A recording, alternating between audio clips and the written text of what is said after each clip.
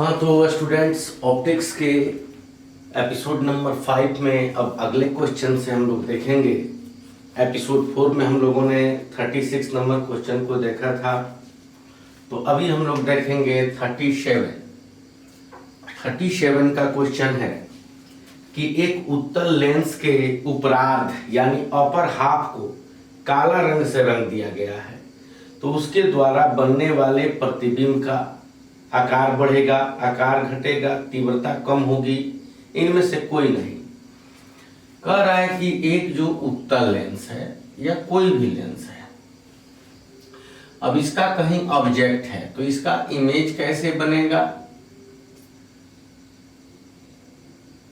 Object से चलने वाली करोड़ों किरणें जो हैं लेंस से अपवर्तन के बाद पॉइंट आई पर मिलेंगी, आई पे मिलेंगी तो आई पे इमेज बनेगा।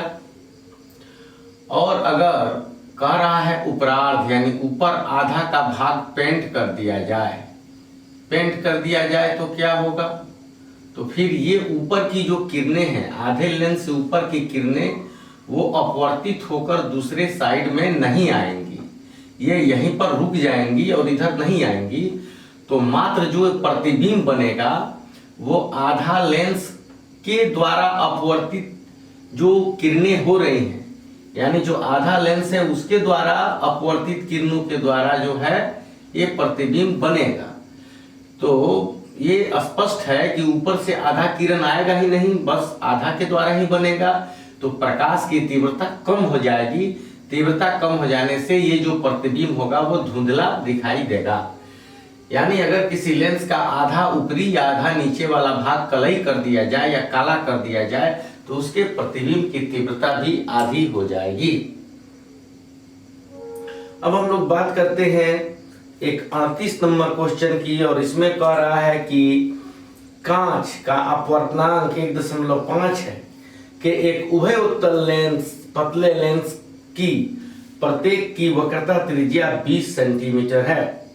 कह रहा है कि कांच के एक उभय उत्तल लेंस, उभय उत्तल मतलब बाई कन्वेक्स, कांच का एक उभय उत्तल लेंस है और इसके प्रत्येक और इसका अपवर्तनांक दिया है 1.5 और प्रत्येक पृष्ठ की वक्रता त्रिज्या 20 cm। तो इधर R1 बराबर प्लस 20 cm होगा और इधर R2 बराबर होगा माइनस 20 cm। तो लेंस की अक्ष के समानांतर आपतित प्रकाश की किरण LCM दूरी पर अभिसरित होगी। अब यह लेंस के मुख्य अक्ष के समानांतर जो किरण आती है वो LCM पर अभिसरित होती है। तो L क्या है, फोकस है, क्योंकि किसी भी लेंस के मुख्य अक्ष के समानांतर जो किरण जहां अभिसरित होगी, जहां कटेगी, वहीं उसका फोकस होगा। यानी आपको फोकस दूरी पता करनी है। तो आप तो ऑलरेडी जानते ही हैं कि लेंस मेकर फार्मूला से 1/f = μ2 μ1 - 1 × 1/r1 - 1/r2। तो यहाँ पे 1/f, यहाँ μ1 हो जाएगा हवा और μ2 क्या हो जाएगा, ग्लास, क्योंकि हवा से ग्लास में जाएगा। तो μ2 के जगह पर ग्लास और μ1 हो गया हवा -1, और ये क्या हो गया 1/r1 इधर +20 -1/r2 इधर -20। तो 1/f = μg का वैल्यू कितना हुआ, μg का वैल्यू 1.5 यानी 3/2 हवा का 1 और -1, और यहाँ 1/20 और माइनस प्लस 1/20। तो यहाँ पे क्या हो जाएगा, यहाँ पे हो जाएगा 1/f = इसका 3/2 - 1 यानी 1/2, और इसका LCM 20 हो गया तो 1 और 1 2 हो जाएगा, तो 2/20 हो जाएगा। तो इसका फोकल लेंथ कितना हो जाएगा, 20 cm। ठीक है, यानी कह रहा है कि L दूरी पर कह रहा है कि लेंस की अक्ष के समानांतर आपतित प्रकाश की किरणें L सेंटीमीटर दूरी पर अभिसरित होती हैं। अभिसरित होने का मतलब होता है कन्वर्जिंग ऐसे, और अपसरित होने का मतलब है डाइवर्जिंग। ठीक है, ऐसे। तो यहाँ पे आपका आंसर होगा कि L या जो फोकस दूरी के बराबर है। कह रहा है कि ये लेंस है और इसके मुख्य अक्ष के समानांतर किरण L दूरी पर लेंस से यानी लेंस के प्रकाशीय केंद्र ऑप्टिकल सेंटर से L दूरी पर अपसरित होती है। तो समानांतर आने वाली किरण कहाँ कटती है? तो फोकस। तो L F ही है, तो ये फोकस हो गया 20 सेंटीमीटर या L 20 सेंटीमीटर। तो ये आपका बी नंबर ऑप्शन हुआ। अब एक अगला क्वेश्चन है 39 नंबर क्वेश्चन, और ये क्वेश्चन कह रहा है कि कांच के एक अवतल लेंस को जब जल में डुबोया जाता है। तो इसके पहले भी एक क्वेश्चन आया था, उस पर हम लोग चर्चा किए थे ऑब्जेक्टिव के ही एपिसोड में, और थ्योरी में तो काफी विस्तार से हम लोगों ने इसका चर्चा किया है। तो कांच के एक अवतल लेंस को जब जल में डुबोया जाता है, तो ये अवतल लेंस है। अब अगर ये हवा में रहे, मान लो इसका अपवर्तनांक 1.5 है और ये हवा में रहे, एयर में रहे, तो उसका अपवर्तनांक 1 होगा। तो इन हवा और इस कांच के बीच में कितना का अपवर्तनांक का अंतर होगा? 0.5 का। अपवर्तनांक का जितना ज्यादा अंतर होगा, किरणें उतना ही ज्यादा मुड़ेंगी, यानी उतनी ही जल्दी कटेंगी, यानी फोकस कम होगा। फोकस कम होगा तो पावर ज्यादा होगा, यानी ये किरण ऐसे मुड़ेगी और यहाँ पे कटेगी। तो ये इसका फोकस हो गया हवा में, FA हो गया फोकस। लेकिन वहीं अगर इसी लेंस को अगर आप जल में डुबा देते हैं तो क्या होता है? तो जल का अपवर्तनांक 1.3 और इसका 1.5, तो अपवर्तनांक का अंतर 0.2 कम हो गया। अपवर्तनांक का वैल्यू जब कम हो गया तो लेंस के द्वारा जो किरण के मोड़ने की क्षमता है वो कम हो जाएगी। तो यहां से जो किरण जा रही थी, अब ये हल्का मुड़ेगी ऐसे, तो वो किरण यहां से आती हुई प्रतीत होगी। तो इसका फोकस यानी लिक्विड में फोकस क्या हो जाएगा? ज्यादा होगा। तो हवा में फोकस कम होगा, लिक्विड में ज्यादा हो जाएगा, क्योंकि अपवर्तनांक का अंतर कम है तो कम किरण मुड़ेगी। तो यहाँ पावर ज्यादा होगा, यहाँ पावर कम हो जाएगा। तो सवाल क्या है कि कांच के एक अवतल लेंस को अपसारी लेंस भी कहते हैं, ठीक है। जब कांच के एक लेंस को पानी में डुबाया जाएगा तो यह कम अवतल हो जाएगा, यानी कम अपसारी हो जाएगा। यानी पहले जो किरण को ज्यादा मोड़ रहा था, ज्यादा अपसारित कर रहा था, अब कम अपसारित कर रहा है।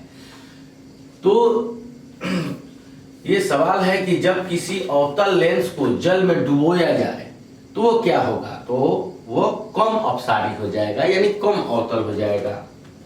अधिक अभिसारी, कम अपसारी, अधिक अपसारी, कम अभिसारी, यही तो कम अपसारी होगा। यानी पहले ज्यादा मुड़ रहा था तो ज्यादा अपसारी था, अब कम मुड़ रहा है तो कम अपसारी है, यानी कम अवतल हो गया। अब अगला क्वेश्चन है कि जब किसी उत्तल लेंस जिसका अपवर्तनांक 1.5 तथा फोकस दूरी F है को जल में डुबोया जाता है, तब उसकी फोकस दूरी F से बड़ी हो जाती है, F से छोटी हो जाती है, अपरिवर्तित रहती है, इसमें कुछ भी नहीं। तो 40 नंबर क्वेश्चन जो है ये भी इसी कंसेप्ट पर आधारित है कि जब किसी उत्तल लेंस जिसका अपवर्तनांक 1.5 है को जब किसी उत्तल लेंस जिसका अपवर्तनांक 1.5 तथा फोकस दूरी F है, यानी इसके समानांतर आने वाली किरण यहाँ कटती है, यानी इसकी फोकस दूरी जो है वो फोकस दूरी यहां से यहां तक F है, ठीक है। अब कह रहा है कि अब इसको जल 4/3 में डुबोया जाता है तो इसकी फोकस दूरी तो F से बड़ी होती है या छोटी होती है? सिंपल इसका जवाब देना है। अब इसको हम क्या किए कि जल में इसी लेंस को, इसका 1.5 अपवर्तनांक है, अब इसको हम जल में डुबा दिए। 1.5 है लेंस का अपवर्तनांक।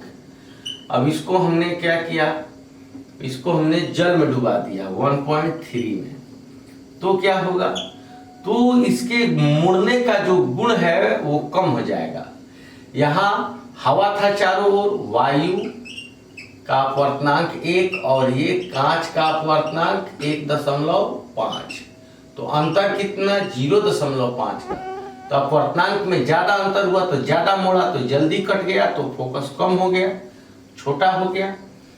और यहाँ 1.3 में रखा गया है, 1.5 है, तो अंतर कितना आया अपवर्तनांक का 0.2। तो अपवर्तनांक का अंतर कम आएगा तो किरण कम मुड़ेगी। जब किरण कम मुड़ेगी तो फोकस दूरी अधिक हो जाएगी। तो फोकस दूरी क्या हो जाएगी, अधिक हो जाएगी, यानी पावर घट जाएगा। तो आप क्या लिखेंगे कि जल में डुबा देंगे तो उसकी फोकस दूरी f से बढ़ जाएगी। ठीक है। अगला, कांच का एक उत्तल लेंस μ1 अपवर्तनांक वाले द्रव में डूबा है। अब यदि प्रकाश का समानांतर किरण पुंज लेंस से गुजरने के बाद अपसरित हो जाता है तो, अब बताइए, इसका कंसेप्ट ऑब्जेक्टिव के ही एपिसोड में आपको मिल जाएगा। लगभग आपको ये मिलना चाहिए एपिसोड नंबर 3 में ही मिलना चाहिए। आप सर्च करेंगे यूट्यूब चैनल पर optics Bihar board exam special 2030 objective episode number 3, तो ये आपको मिलेगा। फिर यही क्वेश्चन है 41 में। 41 में कह रहा है कि कांच, और कांच का दिया है अपवर्तनांक म्यू का एक उत्तल लेंस, तो ये उत्तल लेंस है और इसका अपवर्तनांक क्या है, म्यू है। μ1 अपवर्तनांक वाले द्रव में डूबा है, और ये डूबा किस में है, तो μ1 अपवर्तनांक वाले द्रव में डूबा है। अब यदि प्रकाश का समानांतर किरण पुंज लेंस से गुजरने के बाद अपसरित हो जाए, यानी उत्तल लेंस का गुण क्या है, अभिसरित करना, लेकिन ये कह रहा है कि अब इसमें प्रकाश पुंज जो जा रहा है वो क्या हुआ, अपसरित हो गया है, यानी अवतल लेंस की तरह काम करने लगा। तो इसका अर्थ क्या है, तो इसका अर्थ है कि इसका नेचर चेंज हो गया। तो नेचर इसका उत्तल अवतल की तरह काम करने लगा, तो नेचर चेंज हो गया। क्यों, नेचर कब चेंज होगा, जब लेंस का अपवर्तनांक कम होगा और माध्यम का अपवर्तनांक ज्यादा होगा, यानी माध्यम का अपवर्तनांक बड़ा है, यानी इसको ऐसे भी लिख सकते हैं μ1 बड़ा है म्यू से। तो अब जो ऑप्शन दिया हो, μ1 बराबर म्यू दिया है, अगर ये दोनों बराबर हो जाएंगे तो किरण तो सीधे निकल जाएगी और इसकी फोकस दूरी अनंत हो जाएगी। और फिर दिया है μ1 बड़ा है म्यू से, तो μ1 बड़ा है म्यू से, ये ठीक है। फिर μ1 छोटा है म्यू से, तो ये नहीं है, गलत है। फिर μ1 = 1/μ, ये भी गलत है। ठीक है। तो आपका μ1 बड़ा है म्यू से, यानी माध्यम का ही अपवर्तनांक ज्यादा है, लेंस का कम है, तो लेंस का नेचर बदल जाएगा। इसकी चर्चा हम लोग किए हैं। अब आगे एक क्वेश्चन है 42 नंबर। ये क्वेश्चन है, कुछ दूरी पर रखे गए दो लेंसों के समतुल्य फोकस दूरी का व्यंजक, इससे रिलेटेड ये क्वेश्चन है। तो इसमें है कि एक उत्तल लेंस A जिसकी फोकस दूरी 20 सेंटीमीटर है तथा एक अवतल लेंस B जिसकी फोकस दूरी 5 सेंटीमीटर है को एक ही अक्ष पर D दूरी पर रखा गया है। एक उत्तल लेंस जो है A है और इसकी फोकस दूरी है 20 सेंटीमीटर, और एक अवतल लेंस है, इसका फोकस दूरी है B, ये इसका नाम है B और इसकी फोकस दूरी है 5 सेंटीमीटर, यानी -5 cm, यानी इसका पावर ज्यादा है, यानी ये लेंस मोटा है। और एक दूसरे से कितना दूरी पर रखे गए हैं, तो D दूरी पर रखे गए हैं। यदि प्रकाश की एक समानांतर किरण A पर आपतित होती है, कह रहा है यदि प्रकाश की एक समानांतर किरण A पर आपतित होती है, यदि प्रकाश की एक समानांतर किरण A पर आपतित होती है और B से भी समानांतर किरण होकर निकलती है, अब ये किरण जब ये अभिसारी है तो ये तो मुड़ेगा इधर, ठीक है, और फिर ये किरण इधर जाना चाहती थी तो ये अब समानांतर हो गई। इसका मतलब हुआ कि इसका जहां फोकस होगा इसका भी वही फोकस होगा। तो अगर ये लेंस नहीं होता तो ये किरण सीधे यहां पर चली आती, तो इसका फोकस यहां पर F हो जाता। तो यहां से यहां तक कितना है, इसका फोकस यहां से यहां तक कितना है, तो 20 सेंटीमीटर, ठीक है, 20 सेंटीमीटर है। और इसका यहां से इस वस्तु से जो प्रकाश आ रही है उसका प्रतिबिंब यहां बन रहा है, ठीक है। तो इसका जो प्रतिबिंब है, उत्तल लेंस का जो प्रतिबिंब है, इसके लिए वस्तु का काम कर रहा है, ठीक है। तो इसके लिए वस्तु का काम कर रहा है, तो इससे जो है फोकस पर स्थित है और इसके लिए वस्तु का काम कर रहा है, तो ये समानांतर हो रही है। तो इसका मतलब कि यहां से इस O से लेकर I तक की दूरी जो है वो 20 सेंटीमीटर है, और फिर यहां से यहां तक की दूरी क्या है, 5 सेंटीमीटर है। तो इन दोनों लेंसों के बीच की दूरी क्या है, 15 सेंटीमीटर है। तो ये पूछ कह रहा है तो D सेंटीमीटर में बराबर होगी तो 15 सेंटीमीटर। नहीं समझ में आया? तो कह रहा है कि एक उत्तल लेंस है और उत्तल लेंस की फोकस दूरी है 20 सेंटीमीटर, ठीक है। इसका मतलब इसके समानांतर आने वाली किरण, ठीक है, कहां, यहां F पे कटेगी और इसका दूरी होगा कितना, 20 सेंटीमीटर। अब एक अवतल लेंस यहाँ पे है, इसकी फोकस दूरी है 5 सेंटीमीटर, और ये कह रहा है कि ये जो किरण आ रही है इससे गुजरने के बाद समानांतर हो रही है। ये जो किरण आ रही है वो यहाँ से गुजरने के बाद क्या हो रही है, समानांतर। तो यहाँ से जाने वाली किरण अगर कल्पना करें, क्योंकि ये वस्तु, ये जो लेंस है इसके वस्तु का, इसका प्रतिबिंब F पर बन रहा है, और ये जो प्रतिबिंब बन रहा है F पर वह इस लेंस के लिए वस्तु का काम कर रहा है और इसके द्वारा किरण समानांतर जा रही है। यानी ये जो पॉइंट है I वह इसके फोकस पर है, फोकस पर है, इसीलिए फोकस से जाने वाली किरण या जाती हुई प्रतीत होने वाली किरण समानांतर हो जाएगी। तो इसका मतलब कि यहां से यहां तक क्या होगा, तो 5 सेंटीमीटर होगा। तो बीच का दूरी क्या हो जाएगा, बीच का दूरी हो जाएगा 15 सेंटीमीटर, ठीक है।